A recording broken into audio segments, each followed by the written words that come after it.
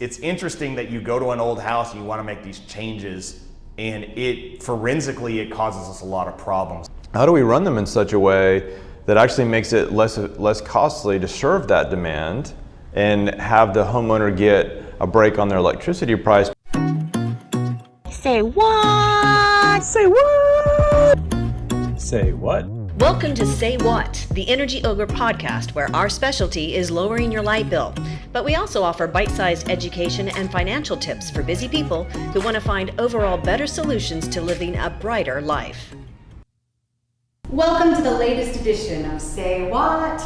I'm your host, Julie Williams, and today we are very excited to have with us Toner Kersting of Toner Home Matters, and of course our CEO, Jesson Bradshaw. Thank you guys both so much for being with us today. Happy to be here. Very exciting. So we have brought these two gentlemen here today to talk about energy efficiency and sustainability in the home.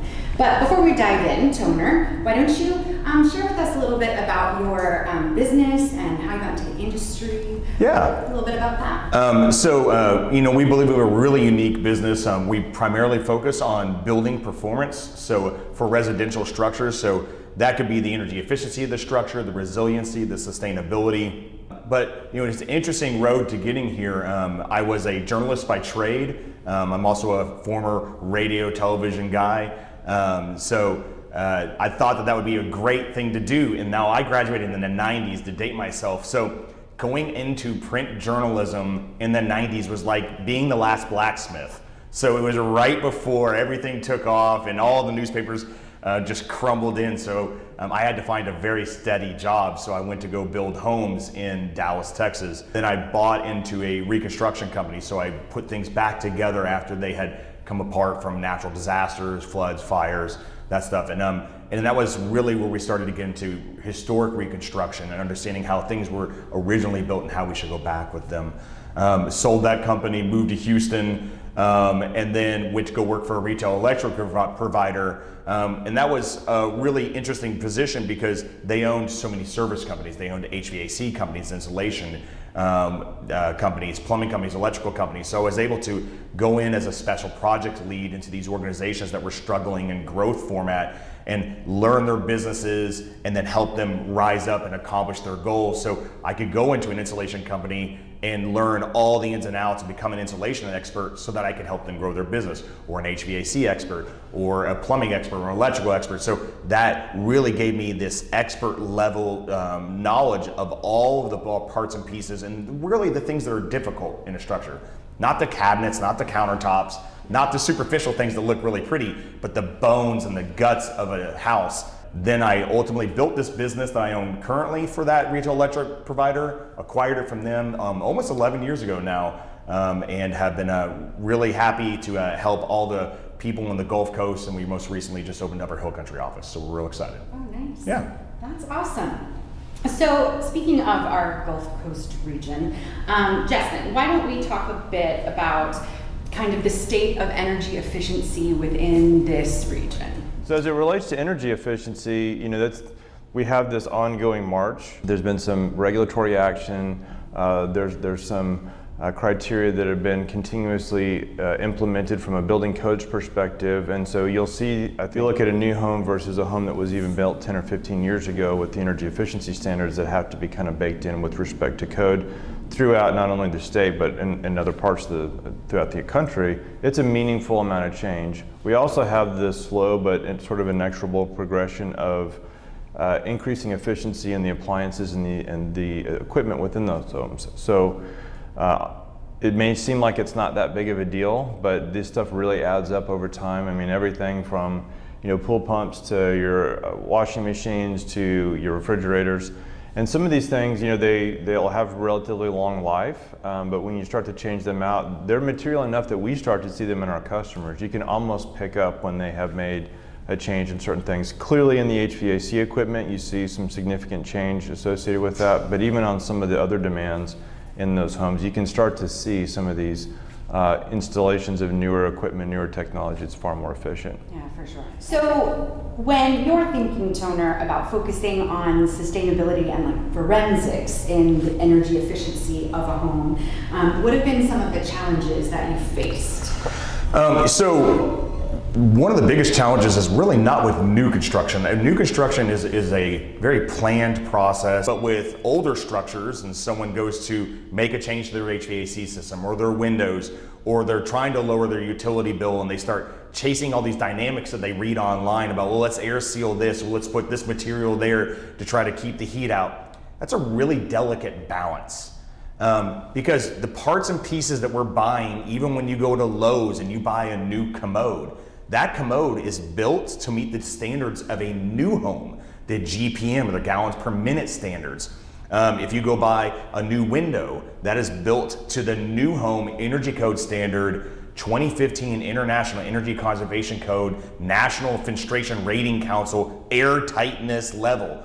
Homeowners are never going to want to repeat what I just said that, right? I mean, they're like, I don't want to repeat that. But that is the real standard. So you take an extremely tight window that from edge to edge will let no air come through it, and you put it into a hole where you used to have a leaky window. Now, all of that air that used to uniformly come through that window will be expressed and concentrated at the sides.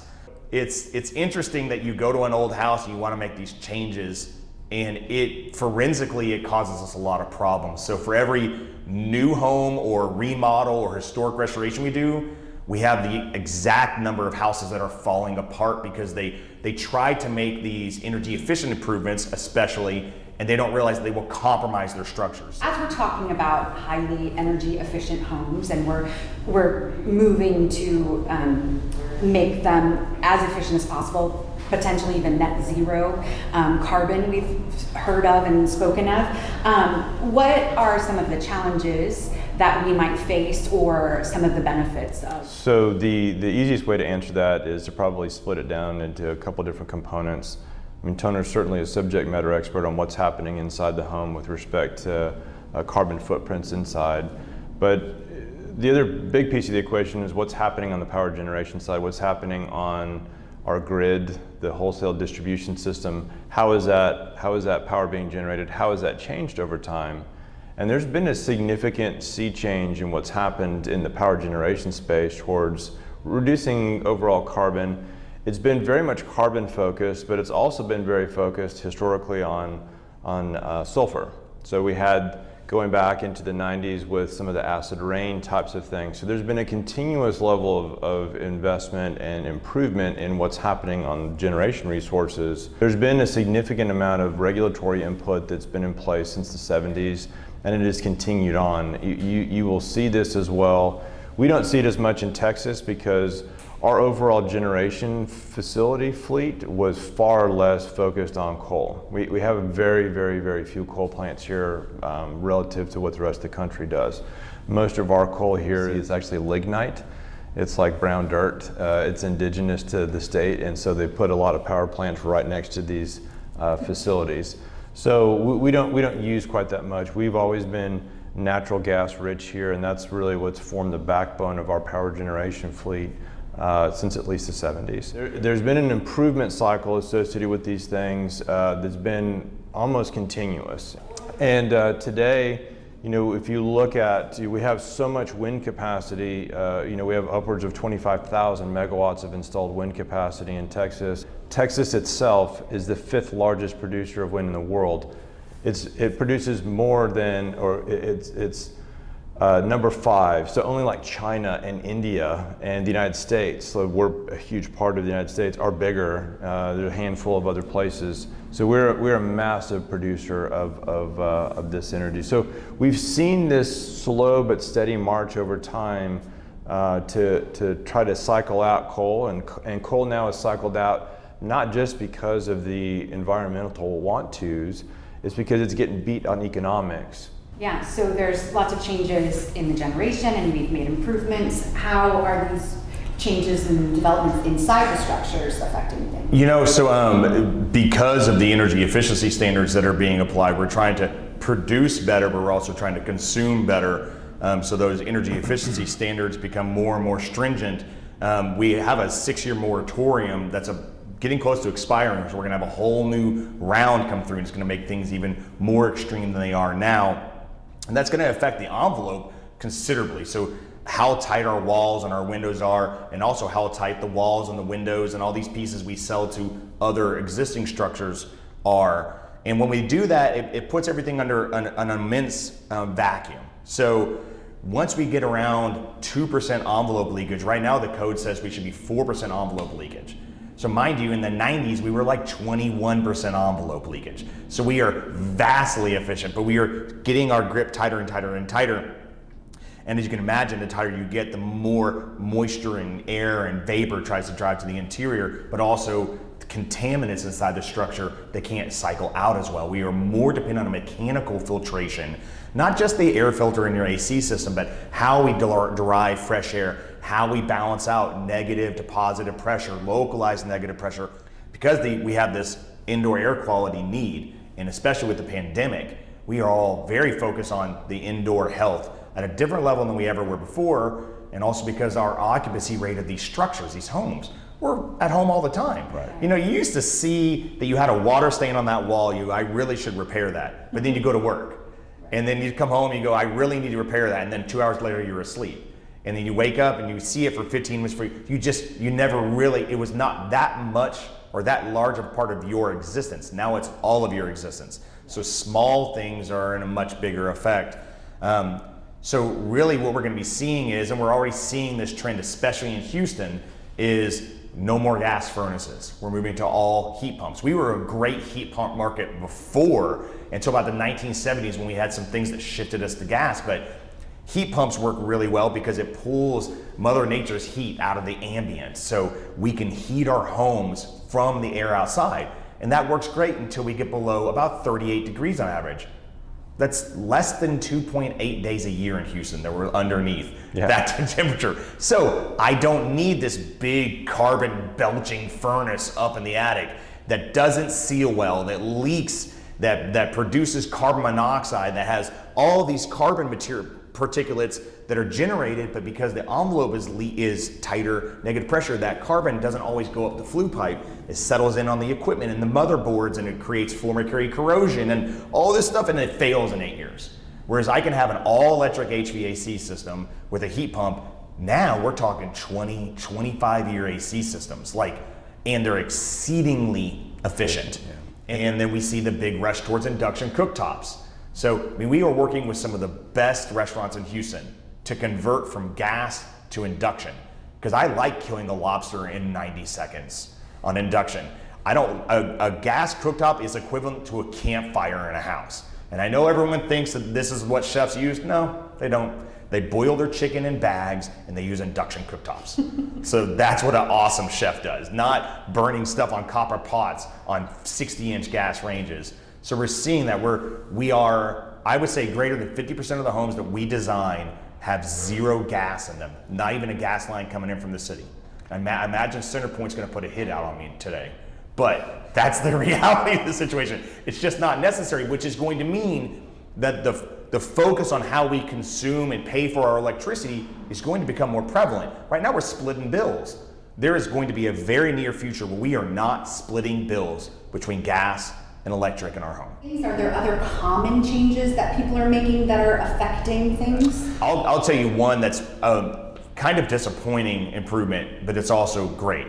And I experienced this. I actually live in two structures, one built in 1890 and one built in 1969. And both of those, I've installed tankless water heaters because I have teenagers. So they want to take baths forever. And especially if they're willing to risk that their phone might fall in the tub or the shower, they'll watch Netflix while they take a shower. And right.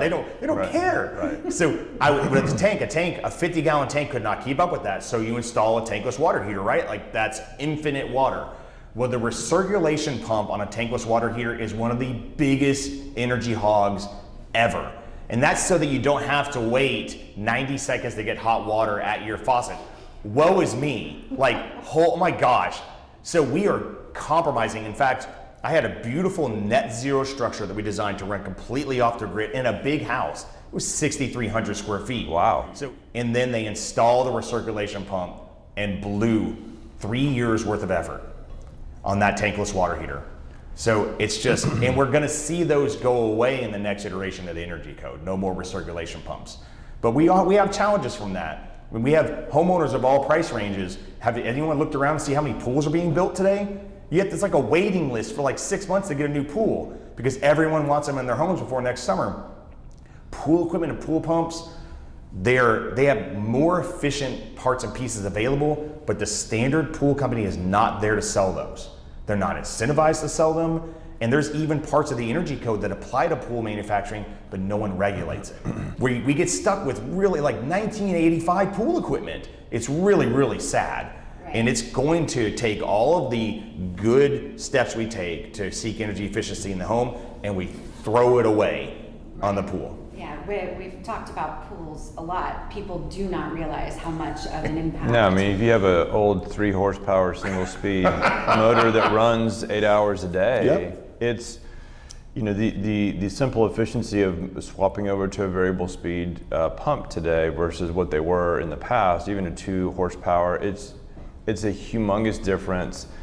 In addition to just swapping over to a more efficient design, now you actually have the flexibility to change when in the day you want to run it at what levels. And so that's a key component. That's what we deal with our customer base today, and we're actually been piloting a bunch of these variable speed pump projects to figure out how do we run them in such a way that actually makes it less costly to serve that demand and have the homeowner get a break on their electricity price because they've got an easier overall demand profile to serve. And so we're super excited by that. That's another good example of some of these emergent technologies and how they need to be sort of pulled together. So today everyone's excited about I can turn my lights on and I can change the color of my lights on my smartphone, and those are all kind of cool things, or I can open my garage door from anywhere in the world. But I think this whole thing will start to move towards how does the mechanics of your home, how do the mechanics of them all work? How does your HVAC system, not your thermostat necessarily, but how does the HVAC system integrate in with what you're doing in your demand elsewhere? If you're going to be using your cooktop, do we need to anticipate that's going to add more heat into your space? Do we need to predictively do that? Do we need to see what's happening so you can manage what you want the outcomes to look like? But it's so complicated that it's not going to be easy for a homeowner to take care of themselves. So I think there's this new emergent space where there has to be a holistic look at how these demands work. And so there's a lot of these intelligent controls I think will end up being there. And I'm excited about it. I'm excited to see how that all plays out. Yeah, it seems definitely that there's exciting advancements and there's progress being made, but part of the struggle, especially for a homeowner or somebody, is you can get all the new devices. You can, hey, we're going to upgrade our installation but being thoughtful and getting the right information about what choices you're making and where there might be ripple effects, and not just thinking, I got a new AC, so that's going to solve all my problems. That kind of all of those decisions fit into something, or the guy who installed the AC set this program on my thermostat, right. So why change it? And you'd be afraid to change it with your brand new HVAC, so I won't break anything. I don't want to break anything, but then we also look at like the HVAC setting standards that are given to us for Energy Star homes. Energy Star wants us to cool a house in Houston to 78 degrees. That's the set point. That's like, has anyone from the EPA ever come here? Yeah. And like, no one's going to do that.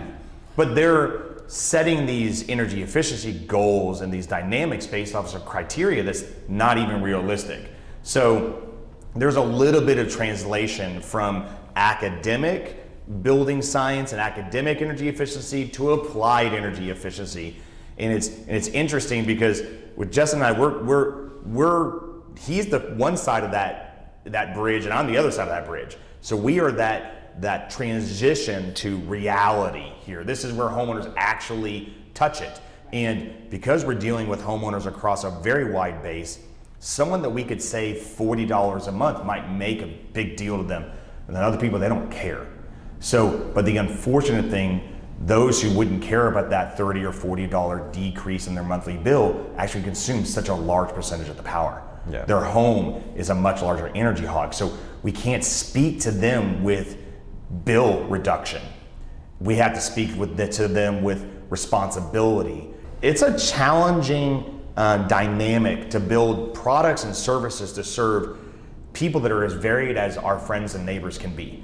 So it's and then do that in the most energy intensive residential structure environment in the United States, which is good though, because if we can make it work here, it kills it everywhere else. Right. This is the most difficult place. So even though we're dealing with frustrations because we don't see as much benefit, this is really, in my opinion, the epicenter of how you move the needle. Is the most obtrusive environment in the United States is here. I think this has been an excellent conversation. So thank you so much, Toner and Jesson, for being with us today. We would love to hear what you have to say. If you have any thoughts on energy efficiency or anything that you've experienced in the process, maybe you've gone through some of these, I made a change and didn't realize it was going to do this. We'd love to hear it. So just drop those in our comments section. And as always, we encourage you to be cool, stay kind, and do great things. It's the Ogre way.